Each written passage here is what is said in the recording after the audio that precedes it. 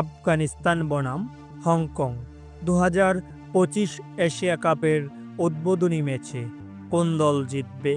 প্রিয় দর্শক, ম্যাচ শুরুর আগেই ভবিষ্যৎবাণী করেছে জ্যোতিষী বিড়াল। বিস্তারিত জানতে সম্পূর্ণ ভিডিওটি দেখতে থাকুন। আগামী 9 সেপ্টেম্বর বাংলাদেশ সময় রাত 8টা 30 দুবাইয়ের জায়েদ স্টেডিয়ামে আফগানিস্তান এবং হংকং মুখোমুখি হবে। প্রিয় দর্শক, এখন পর্যন্ত আফগানিস্তান এবং হংকং এই দু দল টি-20 ফরম্যাটে মোট 5টি ম্যাচে মুখোমুখি হয়েছে। আর এই 5টি ম্যাচের মধ্যে আফগানিস্তান 3টি ম্যাচে জয় পেয়েছে, অন্যদিকে হংকং 2টি ম্যাচে জয় পেয়েছে।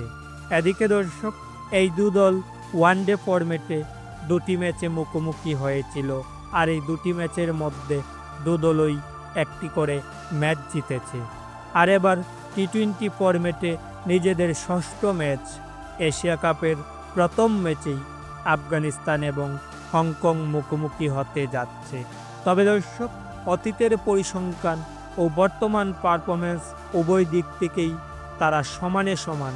এদিকে দর্শক, প্রতি ম্যাচের মতো 2025 এশিয়া কাপের উদ্বোধনী ম্যাচটিকে নিয়েও ভবিষ্যৎবাণী করেছে জ্যোতিষী বিড়াল। জ্যোতিষী বিড়ালের ভবিষ্যৎবাণী হতে জানতে পারি যে এই ম্যাচটিতেও রশিদ খানের আফগানিস্তান জিততে চলেছে।